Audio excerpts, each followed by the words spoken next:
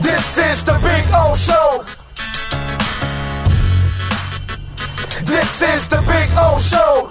All righty. It's a beautiful morning, man. I'm watching Polka Dot about to hit $33. I told you last week when it was at $25, $24, get on that Polka Dot. Telling you. Man, that is good. Crypto market is exploding.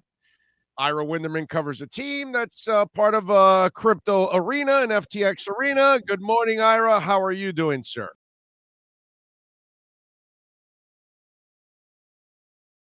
I am doing as good as the Heat. A little winning streak going here. Life is good. And it's sort of like I wrote on my blog at sunsentinel.com.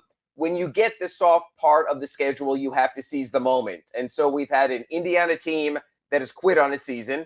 We've had a Detroit team that is the worst team in the league and looks like it. We have an Orlando team that's just been decimated, not too good. You have to build up equity because, well, I guess to steal a phrase, winter is coming. And if every team is losing a third to a half of its roster, it will happen with the Heat. The Heat had more testing today at the arena, more employees, not players, but others did test positive. So it's just the way it is, and you have to be ready. So you build equity in the standings now. You take the wins when you can from the Pacers, from the Pistons, from the Magic. Now tomorrow you have Washington without Bradley Beal. You have San Antonio without DeJounte Murray. You get those games because it will happen.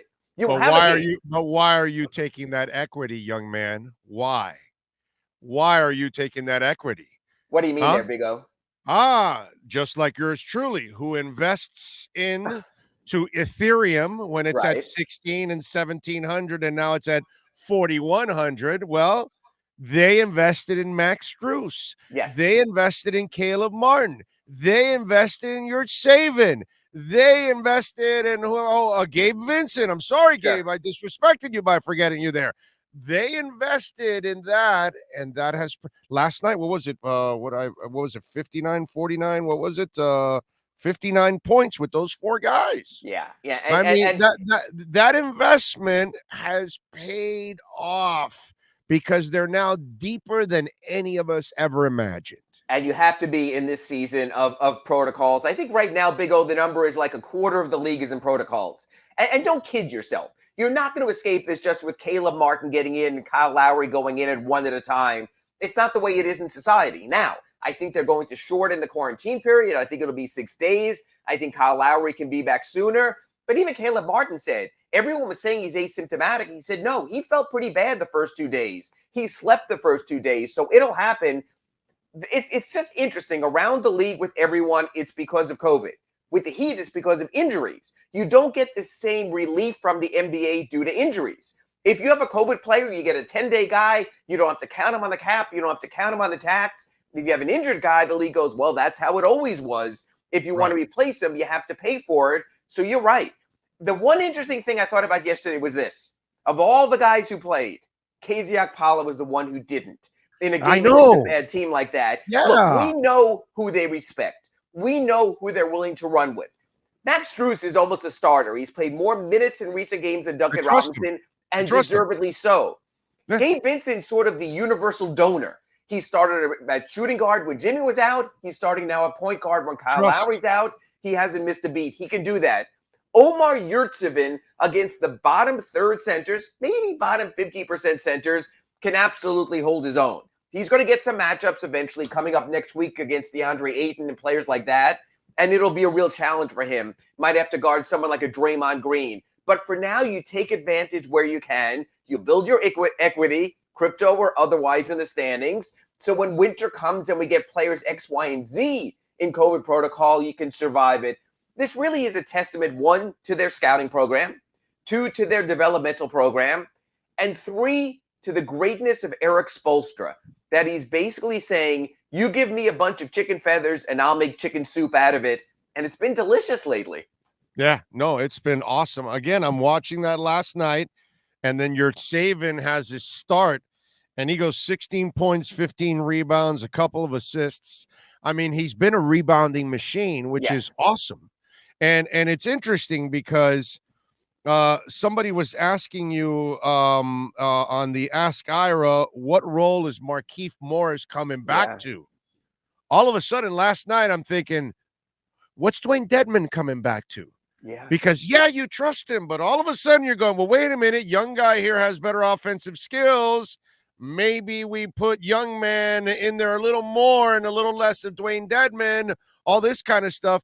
And you start to look at it, and we can play who's coming back to what minutes on several positions on this team. Absolutely. Because of several young players playing well and stepping up. I mean, Duncan Robinson, you keep stinking out the place, guess what? You're not going to be playing a lot of minutes either. Absolutely, Big O. And that's why at AskIra at sunsentinel.com, I said, my thought is this. There are 5 guaranteed minutes guys on this team. Bam Adebayo, PJ Tucker, Jimmy Butler, Kyle Lowry, and Tyler Hero. Every game they are available, they will get a significant chunk of minutes.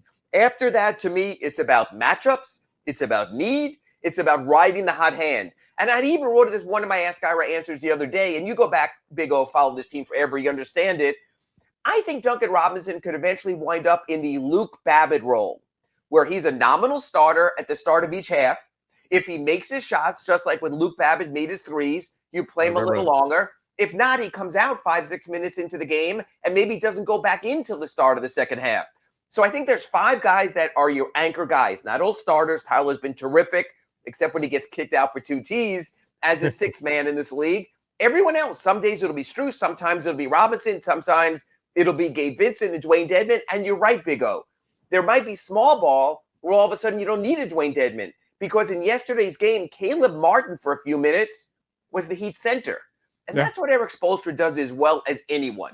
It's because he's had so many playoff series. When he had the big 3, he can treat these as playoff series. Okay, the other team has this. I have this. Let's strategize. Like he did when he strategized to ruin the career of Jeremy Lin. He loves the individual challenge. And look at yesterday. He didn't have Caron Butler because of protocols. He didn't have his lead assistant, Chris Quinn, because of protocols. So he moves Anthony Carter and Eric Glass to the front of the bench, and he still finds a way. Eric Spoelstra's creativity and mind for the game, I'm going to say this, and you're going to say it's sacrilege, I think rivals that of Pat Riley. I think from a strategy standpoint, he might be ahead. Pat, from a motivation standpoint, will never be matched. He'll write the books. We'll read the books. Eric's thinking man's guide for the NBA is fantastic. And we saw that again yesterday against an undermanned opponent. But still, Eric doesn't care what you got. He just works with what he's got. I think he's better than Riley in that sense. I hate to say it. Riley's the more complete one, because strategy and motivation makes Riley, one of the greatest of all time. Right. But I've watched Spo change up and win with so many different teams already in his career.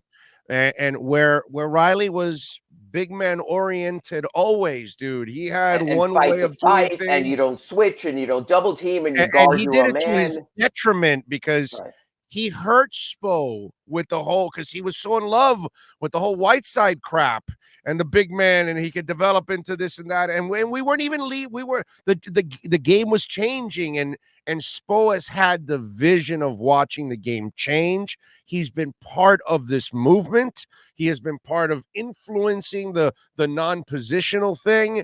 And then I've watched him actually change up from one style of play to another. I think he has been magnificent as an X's and O's guy, as a guy that understands what pieces fit with others, how he changes up the games at times. I think he's been better than Riley at that. Well, you coached to your era. Pat coached to his era in the 80s and 90s of physical smash mouth ball, when he had Kurt Rambis, when he had Charles Oakley and Anthony Mason in New York. You coached to your style. Eric is coaching to these days' style, and Eric has been willing to adjust. He adjusted to the three-point shot, but he said, you know what? He did a coach's clinic in Las Vegas one year and said, but if you're going to leave all these two-point shots open, I'll take them also. And Jimmy Butler has done that and has become an efficient NBA player. So you coach to the moment. You don't get set in your ways. I think Pat Riley will be the first to admit this. He was set in his ways. When they added zone defense, he's like, I'm not doing that. I'm doing what I do. He's sort of like all of our dads. They just had their way, and that was it. And you respect that because you coach to your era. Eric Spoelstra, I think, has the flexibility to step into any specific day and say, okay, this game calls for this. That game calls for that. And this winds back to your question to me about Markieff Morris. There will be games where there are Markieff Morris games, and there'll be games where they're not. I think what you're going to see more of the Big O is this. You're going to see more of a Heat rotation where some guys play a lot of minutes in some games and don't play at all in the next game. Yesterday, Eric Spoelstra decided, you know what? The swingman's minutes in the big man rotation are going to go to Caleb Martin now that he's back. So KZ Okpala doesn't play at all, even though he had played very well in some previous games. So I think that's the approach he's going to take. So Dedmon, Markieff, and Duncan could be guys that their minutes could be altered down the stretch. And Absolutely. then, so what we're saying is they could be very New England Patriots, very scheme-oriented at times, is what you're saying. Yeah, you might see the Heat throw only 3 passes in a game if the running game is going, if it's smash mouth. And look, Jimmy Butler said that after yesterday's game.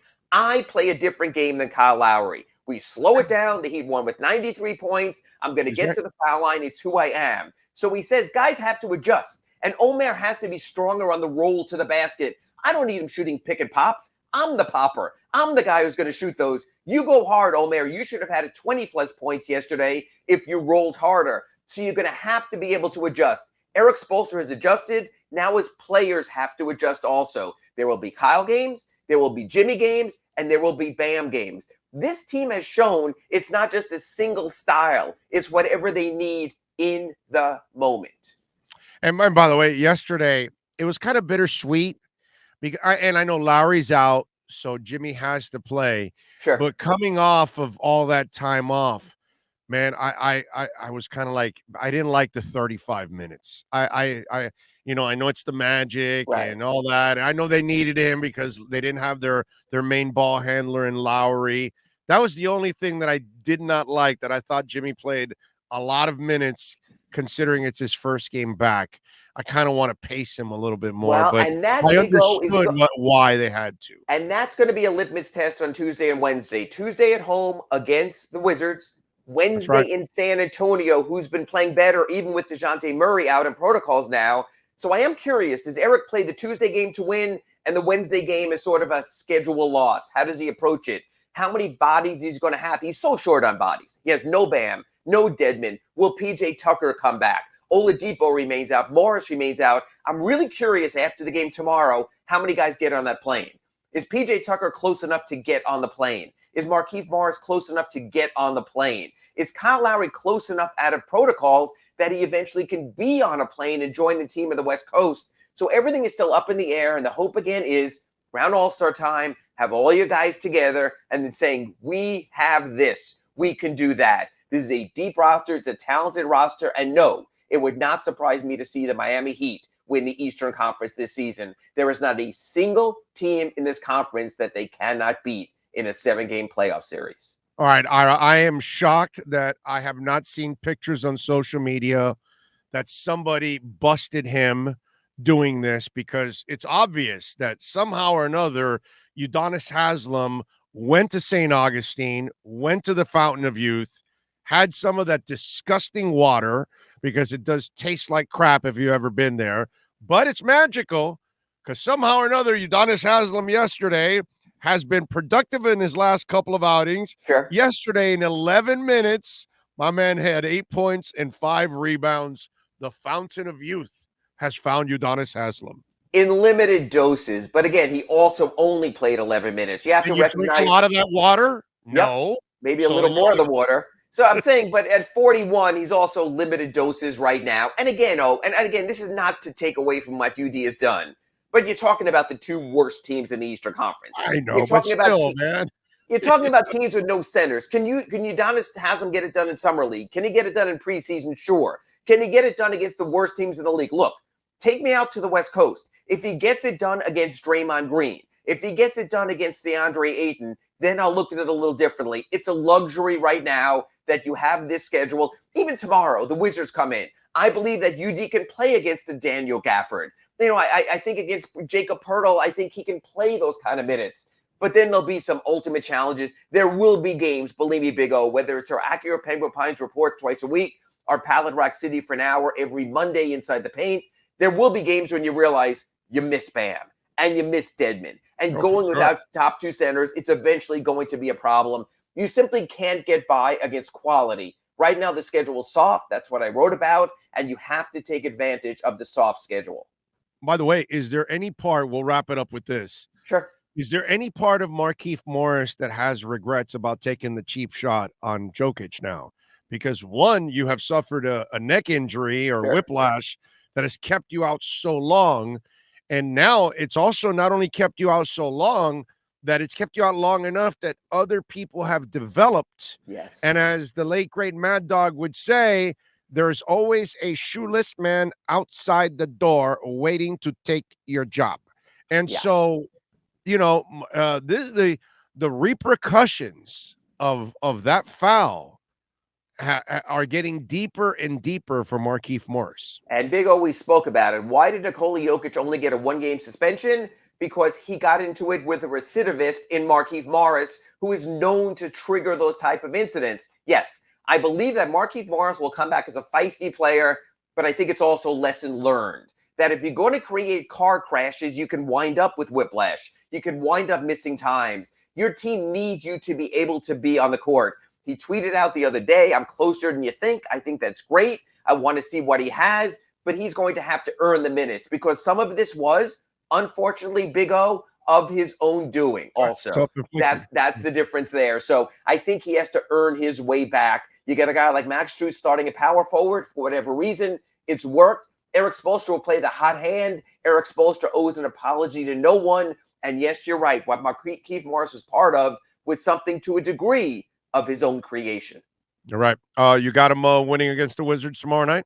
Yeah, I think with Bradley Beal out, I do. And again, I'd like to see him get the first 2 of the trip in first 3 in San Antonio, in Houston, and then go into Sacramento, because after that, you have Golden State, you have Portland, you have Phoenix. Stay afloat, stay above water. Looks like you're going to wind up with Bam Adebayo back in mid-January. You might have Dwayne Dedmon back a little bit before that. Hopefully, Kyle Lowry is just the minimum 6 days and not 10 right now. You'll be in good shape. You have to buy time. Beat the bad teams. That's how you build a good season. And holy crap, wait till Golden State gets fully healthy when they get Clay back. Yeah. Oh my and that God. Golden State game is also going to be second night of a back-to-back after Sacramento. That might be a schedule loss also. You might all of a sudden see a preseason lineup rolled out there because Erik Spoelstra also has to be prudent with his schedule. Follow him on Twitter at Ira Heatbeat. Catch his work at the South Florida Sun Sentinel. And folks, as I always say, man, please subscribe and support our local journalists who do an excellent job of covering our local teams. And, of course, you can catch Ira here several times a week. He'll be back on Wednesday at 9 a.m. for the Pallet Rack City Inside the Paint Show, and then back on Friday with the Acura Pembroke Pines Miami Heat Report. Ira, as always, thank you, my friend. Enjoy the basketball. We will talk again on Friday. Like the OG, I just try to give you 11 quality minutes when I can. Thank you, Big O. You do it every time, sir. There you go. That is Ira Winderman.